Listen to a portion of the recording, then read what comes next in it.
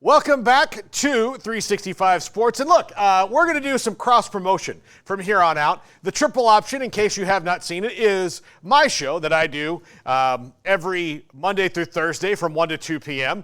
And it's this cool little frame we've got here to bring in for the Texas Beef House top 5 best bets of the week with our brand new friend, Katherine Cafarelli from fundedsportstrader.com. Katherine, I will tell you, everybody loves your segment. They loved it last week. It was a huge hit. It was the minute that it started, the chat room exploded. They were very, cool. Yeah. So hopefully this gets you more social media following or whatever. You're about to be a big deal in the football world. I don't know what to tell you. We have, and I don't know if people can count this high, but 40,000 subscribers now. That is far less than a lot of our competitors, but still doing well. No, that's awesome. Yeah. So, Katherine, let's get into it. I like this week. There's some hometown flavor for you this week. A lot of New York-centric bets, but the Knicks, the bets you sent on the Knicks are really intriguing in particular. And the one on the Yankees that we'll get to first here, number 5 on the list, which is the Yankees on the money line with a DraftKings reward and instant payout. Walk us through this one and why this is such a good bet. So this is honestly a passion pick, and I know in betting, you're not supposed to do that. And we talk about this on the Funded Sports Trader all the time when I do interviews with the winners. But I went to school in Florida. I went to the University of South Florida, and a bunch of my very good college friends are Rays fans. And no, the Yankees need to win. They will win. Also, fun fact, I don't know if anyone's familiar with the Tampa Bay fan base. They are awful. There will be more Yankee fans in that stadium. I don't even know what it is now, field. Than there will be Rays fans. You mean that dump that they call a field? Yeah. Look, 50-50 Bush Boulevard. Okay, 2003 to 2005 after I got out of FSU, all right? Listen, I'm a Florida boy living here in Texas now, but yeah, I lived at Bush Boulevard in an apartment there, so I'm familiar with you. I love it. Yeah, I'm 3 miles from USF, if that, where I was. Yeah, it wasn't that far. Just go,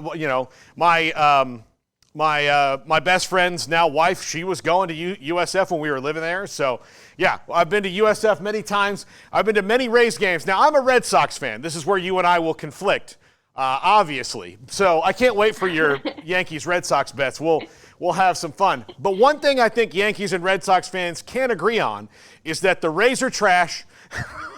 All of their fans, and here's what, because I grew up in Fort Myers, so I was there before the Rays were a thing, right? I was there right before the Marlins were a thing.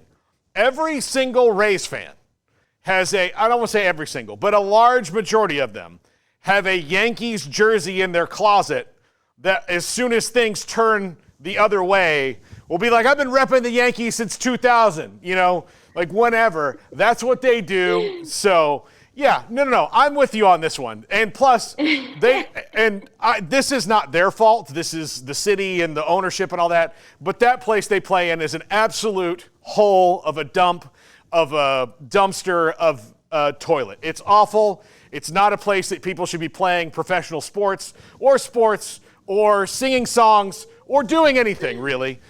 Nothing should happen in that building. It should go away. That is so funny. But yeah, they're awful. I mean, they're awful all around, though. Even as Bucks fans, before Brady was there was nobody at that stadium, which is unfortunate because Ray J is a lot of fun, but whatever. Yeah. So yeah, I'm taking the Yankees, the win. The fun part about it is this: I bet primarily on DraftKings, so they just had a little opt-in reward thing. If the Yankees are leading by 2 at any point, I automatically win the bet. So I don't even have to wait for the end of the game. I mean, essentially, they could be winning by 2 and lose, and I still win. So that's cool. Yeah. Just keep going, Garrett. We're good? Okay. All right. Number 4. By the way, yeah, 2 at any point means that Aaron Judge gets to get a 2-run home run in the first inning, and it'd be totally fine. you're good to go. That's a great deal. One of the hottest guys in all of sports right now, Jalen Brunson, as the Knicks and Pacers continue. This series has really been Knicks right here, and you've got him at over 34.5, which I think this is a really good bet right here. Yeah, I think so too. Thank you, Paul. But his average is 35.6. Like, I was just looking at some stats, and last game he didn't play for however bunch of minutes, and he still got 29 points. I feel like he's just dominating. If he doesn't get over 34.5, I'll be really surprised. Yeah, he came back after that ankle injury, gutted it out, and still scored, like he was almost there anyway. Like he was almost there and didn't play. So yeah, if he's healthier, which I think the Knicks are hoping and believing, like, yeah, I think that's a pretty common thing, especially since he's been scoring 40 when he's at full strength every night. Number 3, the Knicks plus 7.5. They're not favored in this game, which is weird to me, considering they have pretty much controlled it from the jump. Yeah, they're not favored, but if anyone, whether you're a Knicks fan or not a Knicks fan, has been paying attention to any of these Knicks games during the playoffs, they are winning excitingly in the last minute. So plus 7.5 for me just seems like a big spread. Just they haven't won by that much. So even just to cover the points, I think it'll continue to be very close games, just really fun to watch. And I took the points here. Yeah, look, and here's the deal. If the Knicks win, this is a no-brainer right here. If you think the Knicks are just going to win, you don't even really need to think about that. And that's a pretty large spread. That's a pretty large spread anyway, even if the Pacers would win, given how this series has gone and the matchups. I know the Knicks have some injuries, but even still, that's a pretty enticing number when it would come to making this bet. I think. Yeah. Number 2, let's talk a little hockey. Here we go. Oops. Did I go backwards? What happened? All right. Number 2, David Pastrnak, anytime scorer for the Bruins. Garrett, you said the other night that he was in his feelings. He got it, yeah. So at the end of that game, Florida really took it to Boston in a game too. There was a big brawl at the end right there. Brad Marchand threw the first punch, and you kind of look how everything's unfolded. Pasternak's supposed to be the leader of your team. He's kind of just apprehensive, looking around. They clear the ice. Then he goes back out there and checks Matthew Tkachuk. Both of those guys get sent out. I think this is going to be one of those kind of, I wouldn't say a must-win game for Boston, but the way that series went in the first round with Toronto, you can't afford to have any mishaps here. I like Pastrnak to come out and get some good looks early on, and I expect him to get on the board at least once in this game. So there you go. We agree today. You guys are already making peace. Yeah. Catherine and Garrett. We do agree. I was very sad I lost. I was very surprised by how badly they played in that llast game, but that's okay. We're moving on. He's going to score. Anytime scorer for the leader of the team. That's that one right there. And again, we're not telling you the riskiest bets or whatever. We're telling you the best ones. Like the best guy on the Bruins to score at any point during a playoff game. That's a good bet right there. That's going to probably pay out for you. Number 1, Knicks Pacers over 22.5 total points. I picked this GIF right here because this series back in the 90s, when I was but a boy, would not have gotten anywhere close to this. This particular game might have been 90 to 85, honestly, so it wouldn't have gotten into the 222.5 total points and hitting the over. But the way that these two teams score, Catherine, is that why you're banking on this? Yeah, just looking at historical total points recently, even outside of this series, just how they're both playing. It's been 118 to 130 or 116 to whatever. It doesn't, for total points, I think it should. They haven't had a low scoring game, really, either team in a couple of games. So yeah, absolutely. That's my opinion. All right, so Knicks and Pacers, I know that you're younger, so the 90s, these series with Starks and Reggie Miller and Spike Lee are well before your run. But is there a sense of nostalgia in New York right now where people are fired up about this? Because this is an old-time playoff rivalry here. So I'm going to speak honestly because I can't bullshit. I truly don't know, but I can tell you in New York, like, it doesn't matter who we're playing.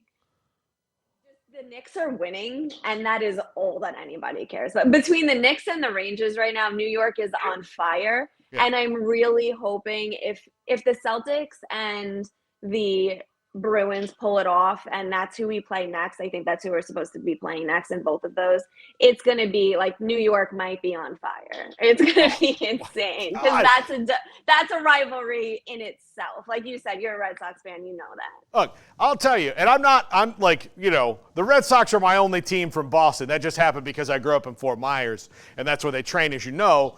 But I just know that if there's 3 games across 3 different sports that are New York and Boston, that's going to be one of the best Junes in, I mean, like, it'll whatever. Be fun. Yeah, exactly. Because the Yankees and Red Sox, I don't think have played that much yet, so that's coming around too. Like I'm not sure exactly when that is, but yeah, that could, if they sneak in and their series starts, oh my gosh. It's going to be, it might look like the Revolutionary War. Like, honestly. It's going to become kind of like Philly around here. Philly fans are crazy when they play their rivals and stuff like that, so we'll see. But Rangers, Bruins, Knicks, Celtics in a championship round, oh, dear God. Like, we might need to make our peace with the Lord. Like, the world might end right there. Katherine, tell everybody once again how they can find you on Instagram. At KC316. KC316. There you go. Simple. Katherine Cafarelli, our new best friend, making her best picks of the week. So if you're in a place that allows sports gambling, technically not the place that we're in right now, standing in Waco, Texas, but many of our listeners nationwide get to have that wonderful benefit that Garrett, you and I don't get to have. We'll get there eventually. But I feel like, look, here's the deal. We also don't have good pizza here like you do, so it's another sacrifice that we just make here in Texas. You got to visit New York. Yeah, well, we'll find our way up there, I promise you. It's been a while since we've had to make a work trip up there. I think the last one I made was the Super Bowl. But yeah, we'll get up there. We'll get up there soon. Katherine, thank you so much. And again, thank you for watching this. Thanks to Funded Sports Trader. Go to fundedsportstrader.com. Our promo code 365sports for 10% off. You can unlock so much stuff and become a professional sports trader. Funded Sports Trader, pioneering the future of sports. Go to fundedsportstrader.com. Promo code 365sports. Katherine, have a great weekend. We'll talk to you next week.